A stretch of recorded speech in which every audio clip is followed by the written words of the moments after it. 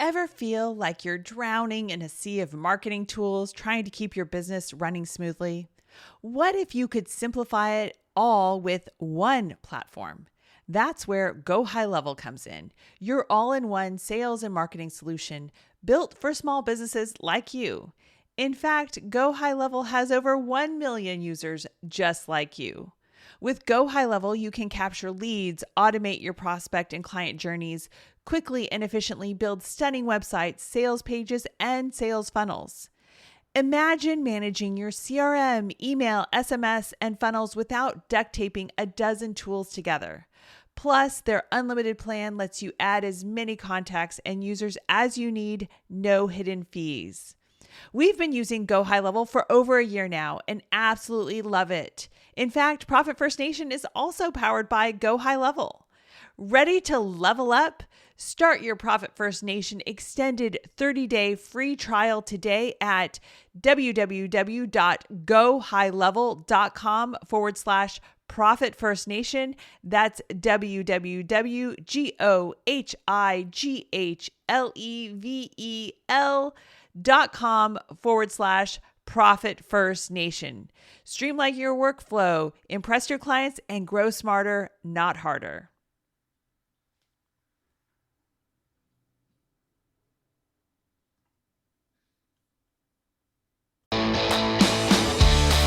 Welcome to Profit First Nation, the official podcast for entrepreneurs who are operating their businesses in the zone of permanent profitability. I'm Mike Michalowicz, the author of Profit First, and now here's your Profit First Nation guide, Danielle Mulvey.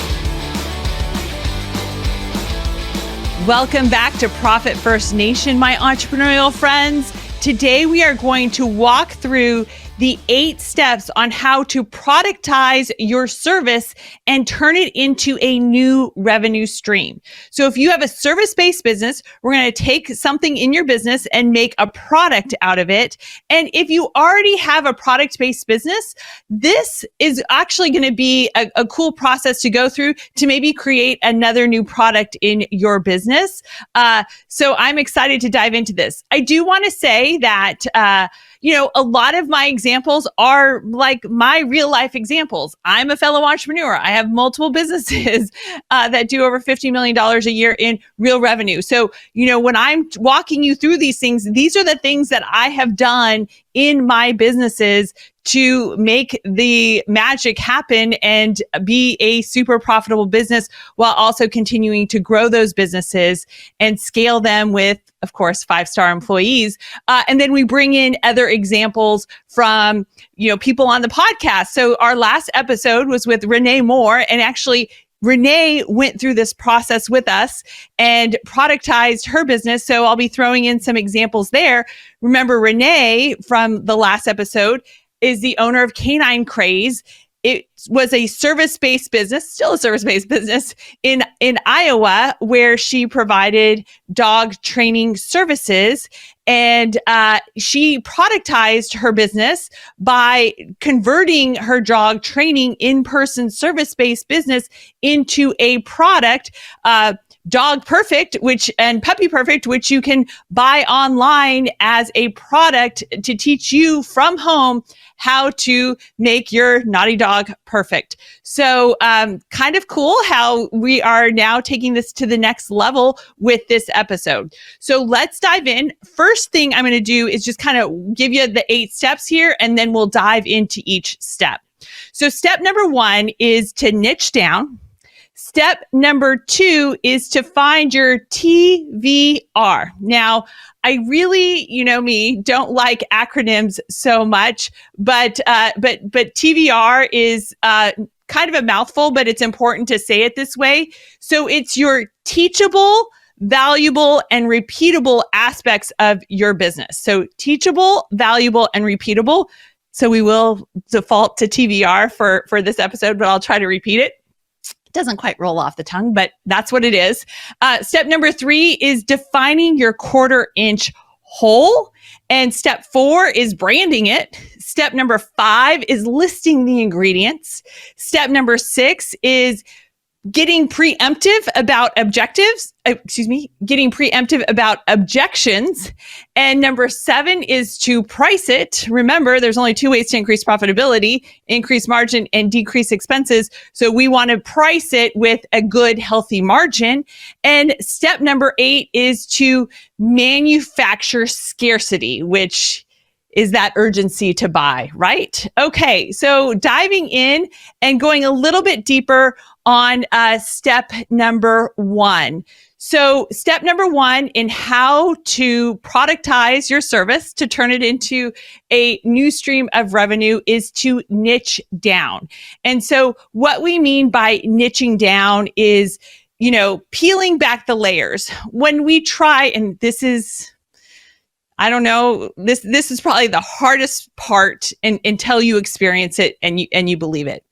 But, we tend to avoid niching down, but I'd like to remind you that, the niches are in the riches are in the niches. And it is absolutely true. You will be richer the further you niche down. And what do I mean by that? So when you try to serve everyone, you kind of serve everyone okay.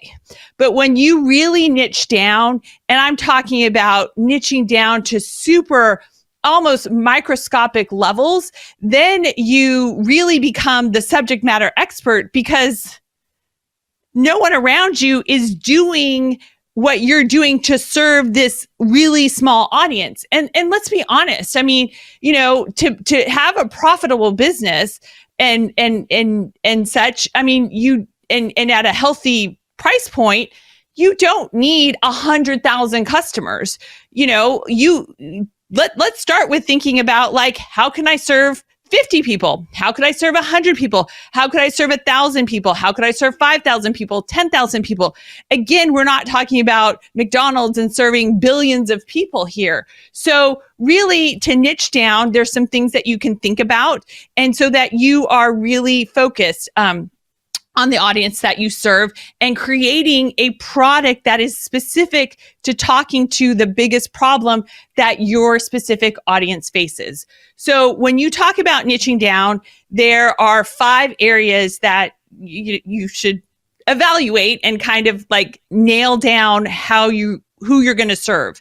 So the first thing is to determine the demographics of the group that you want to serve. So just, age, gender, income, and remember, we can't serve everyone. So why don't we serve the people that have the deepest pockets, the people who are willing to pay a premium? All right. So I'd like all of you guys to be serving people in the higher income or the more disposable income range. Then, if you're serving businesses, what are the firmographics? What's the company size? What's the industry? So, for our construction material business, for example, we only serve large subcontractors and large general contractors, and we don't serve anyone else. All right. It just makes sense to do it this way. And then we also don't serve everything in the construction industry. We have picked, specific trades that we serve in the construction industry. We serve specifically 8 trades, and we could serve 20, 25 trades, but we have narrowed it down and said, we're going to serve only large subcontractors, large general contractors, and the price point of these people is in huge numbers. And we're only going to serve in these 8 construction specialties. All right. You want to consider life stage. So, or business stage. Where are they? Company life stage as well. So you're targeting not only the business, but you're also targeting the owner of that business, that person who's going to make the buying decision. So, it goes both ways if you're serving businesses. Now, obviously, if you're serving individuals, then you can just delete here what we're talking about, targeting the companies and such. And then number 5, you want to look at the psychographics. So, what are their motivations? What are the personality traits? How can you really kind of get at them at the core of what they need and what they want? So step number one, you want to niche down, really, really tight as you can. You know, Renee and I talked about, she kind of wanted to get it started, but you know, she's actually going to be niching down further. And so it's okay, like, to get things going. And so she wanted to get like everything worked out with Dog Perfect. So she served a variety of dogs, but now that she's kind of gotten, you know, how to deliver this product that was formerly a service, she is going to create specialty products for specific breeds of dogs. And that will, you know, get that more niche down. And so when people are searching how to train a German Shepherd from home, you know, she's going to come up at the top of the list because she is not just offering a product to train dogs, but she's offering a product to train German Shepherds from home. Okay. The step number 2 is the find your TVR. So sorry, I always laugh when I am having to grit and bear an acronym because the world doesn't need another acronym. But this one is, you know, you need to be teachable, valuable, and repeatable. So what I want you to do is, and we've got a graphic for this. So if you are watching on YouTube, great. If not, we'll have a resource available for this episode. Remember, you can get the resources for our episode sent to you with every new episode. Just go to Profit First Nation and click on contact, and there you will be able to opt in to receive our resources that come out with episodes either via email or text. So go to profitfirstnation.com and click on contact. So what you want to do is, in finding your teachable, valuable, and repeatable aspect of your business, you're going to want to create a matrix, and you're going to list your products or existing services now in one column. Then you're going to have, you know, you're going to score it on a scale of 1 to 10. How teachable is it? How can you teach it to others so that they can teach it? I mean, you're not the one having to do it all. And then how valuable is it to your target audience? And then you'll score that on a scale of 1 to 10. And then how much is it repeatable? And you'll score that on a scale of 1 to 10. And then you'll total up those columns, teachable, valuable, and repeatable. And then the one that scores the highest is the one that you're going to focus on first in terms of taking that service and productizing it. So in this real life example of a photography business, you know, they have weddings, they have baseball teams or sport teams that they shoot, they have corporate events, and then they have school photos. And, you know, school photos is 27 points. The next one is 21 points. So school photos is the one that, you know, this company should focus on in terms of productizing that service. Step number 3 is defining your quarter-inch hole. We've talked about this before. I love this analogy. If I need a quarter-inch hole, I want to buy a quarter-inch hole. I don't want to have to buy the tool, the drill, and the drill bit to make the quarter-inch hole. I would just like the quarter-inch hole handed to me on the piece of wood or wherever I need it. Okay. Does that make sense? So, you know, what is your quarter-inch hole, and what are the benefits of buying the hole instead of buying the tools and the accessories to make the hole? All right. So step number 3 is defining your quarter-inch hole, and just, you know, how can you kind of just hand it to them as complete as possible? Step number 4 is you've got to brand it.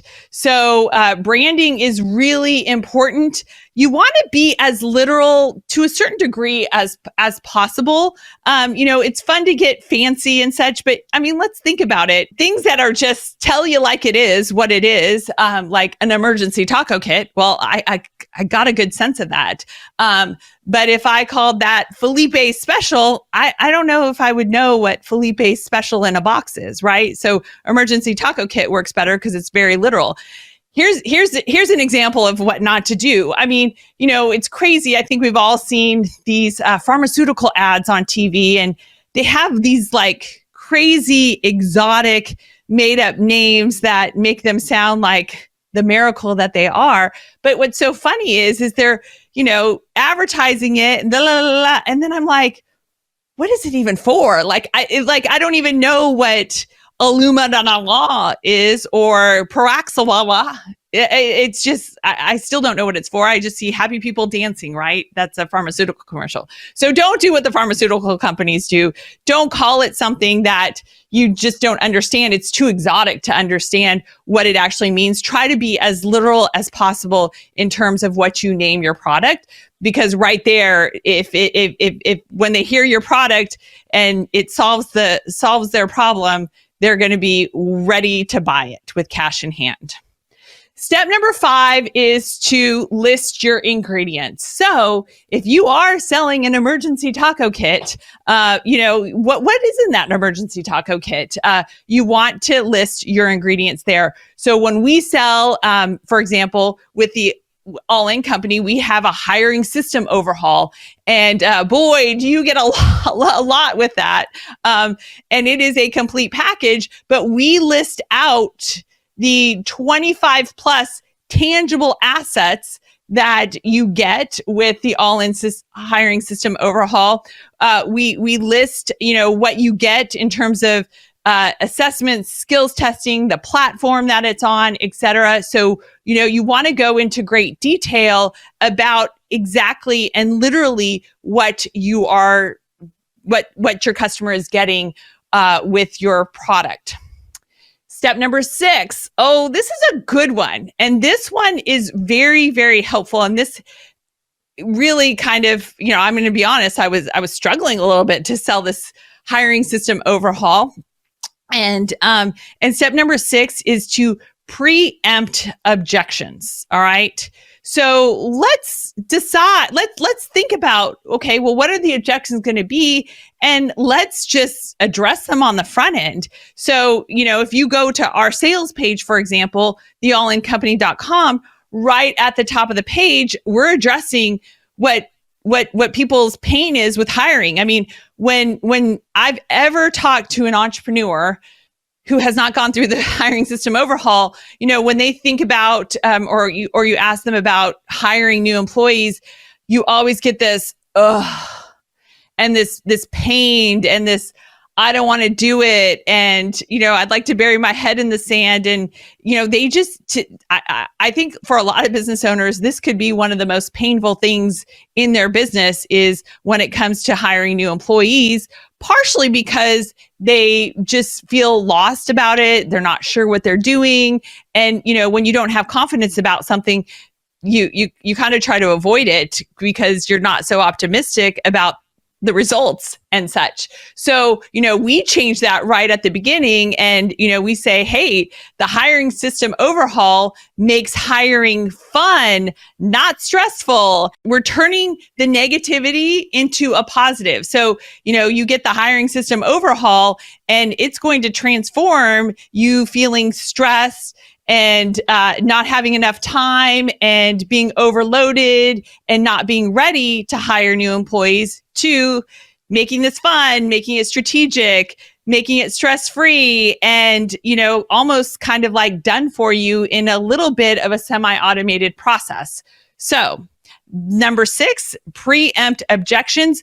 This is one of my favorite steps because it is fun. So, what are their objections and how are you going to position yourself as being the solution to their pain points and their problems? Step number 7 is to price it. So, when we come to pricing, everything that you've known about pricing, I'd like you to throw out the window. So, I would hope that you never are pricing your product or services based off of an arbitrary number.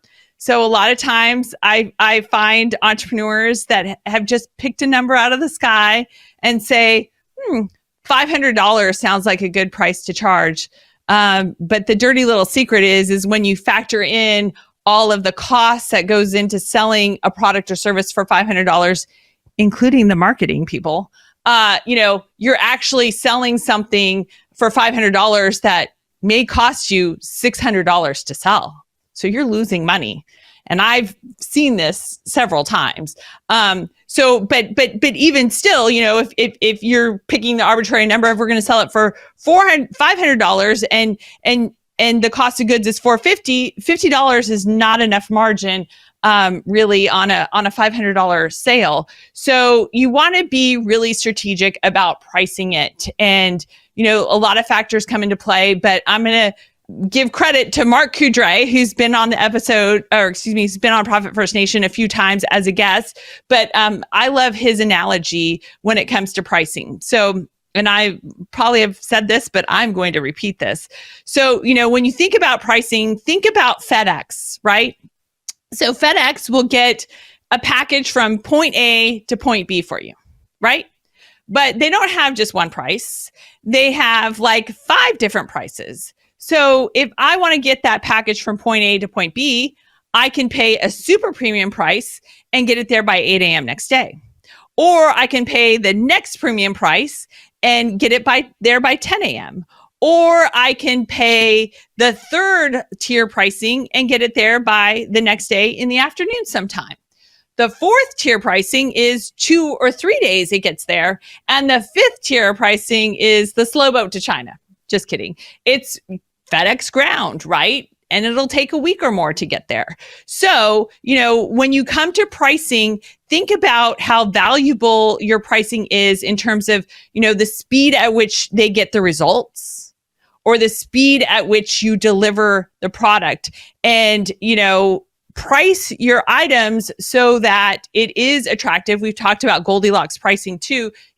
Like you kind of want to have things priced so that people are buying the middle, the just right pricing and such. And the super premium pricing is really super premium. It's 2x what your middle price is, at least. But also too, don't say, oh, my time's worth $150 an hour.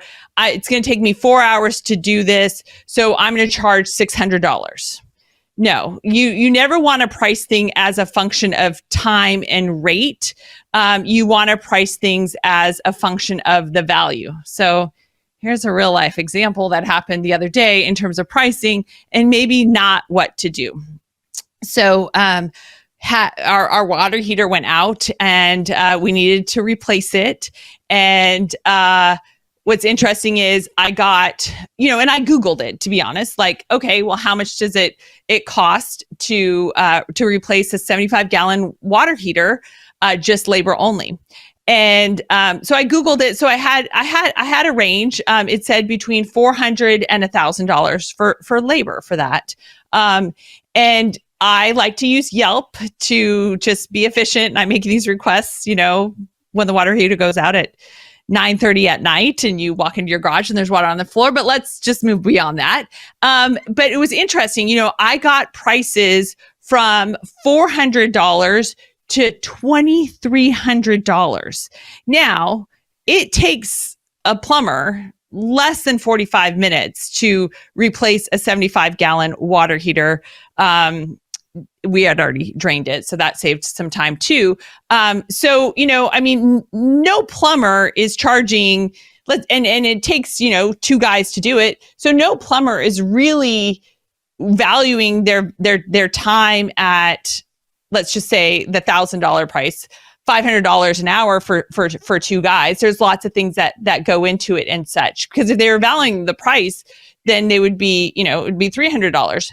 But the $2,300 they must have been so busy, to be honest, that they were like, well, we can push another client who's paying us $1,000 or $1,200, and let's see how desperate this person is if they want to pay us $2,300. All right. So, spoiler alert, we went with the $1,000. We didn't go with the lowest price person.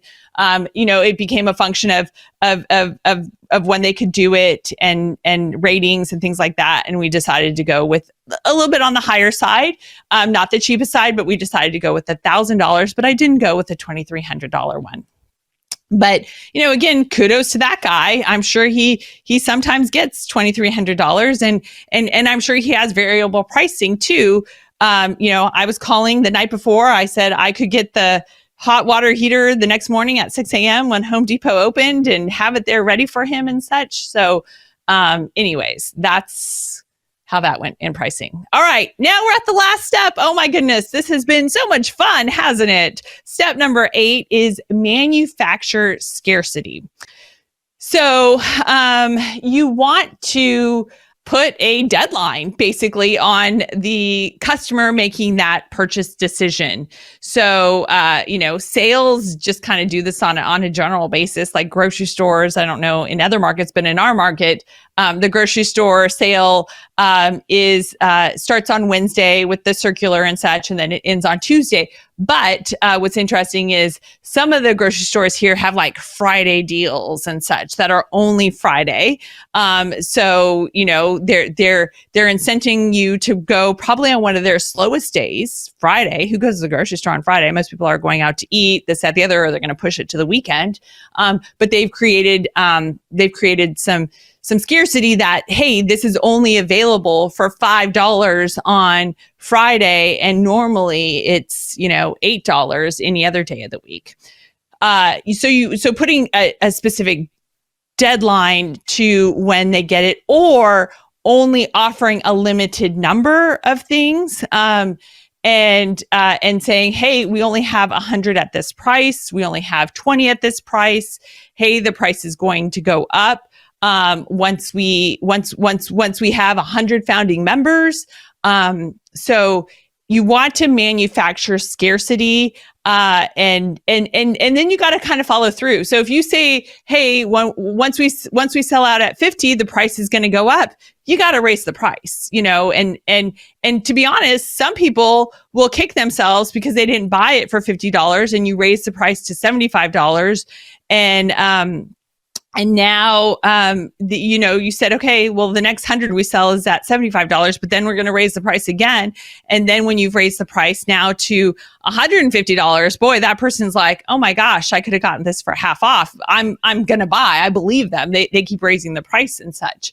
So, Renee, for example, with Dog Perfect, her product that is at-home dog training, that price has risen significantly. The All-In company, our hiring system overhaul, oh my gosh, like the people who were in our first beta really got it for such a deal. And I won't disclose what they paid for versus what we're offering now. But, again, you want to manufacture scarcity. We got those first people to do our beta. They're still members of our program. But everyone else who's come into the program has paid subsequently higher prices. And now we've landed on our final price, which again, way higher than where we started or how we've evolved into that and such. So there you have it, my entrepreneurial friends. Grab the resource, please, for this episode by going to profitfirstnation.com and click on contact, where you can opt in to our resources. And cheers to another profitable day, my entrepreneurial friends. Thanks for tuning in to the Profit First Nation podcast. We hope you found today's episode valuable and that it's inspired you to take action towards achieving permanent profitability in your business. If you want to learn more about how to implement Profit First in your business and connect with a community of like-minded entrepreneurs, be sure to visit us at profitfirstnation.com to download our how-to guides and resources. Remember, permanent profitability is within your reach, and we're here to support you every step of the way. So let's do Profit First right together. Profit First Nation website, related podcasts, and videos are provided for general information purposes only and do not constitute accounting, legal, tax, or other professional advice. Visitors should not act upon the content or information found here without first seeking appropriate advice from an accountant, financial planner, lawyer, or other professional. Hey, this is Ro. And if you're a business owner struggling with hiring or just tired of doing it yourself, I highly recommend the Build Your Dream Team Secret Podcast series.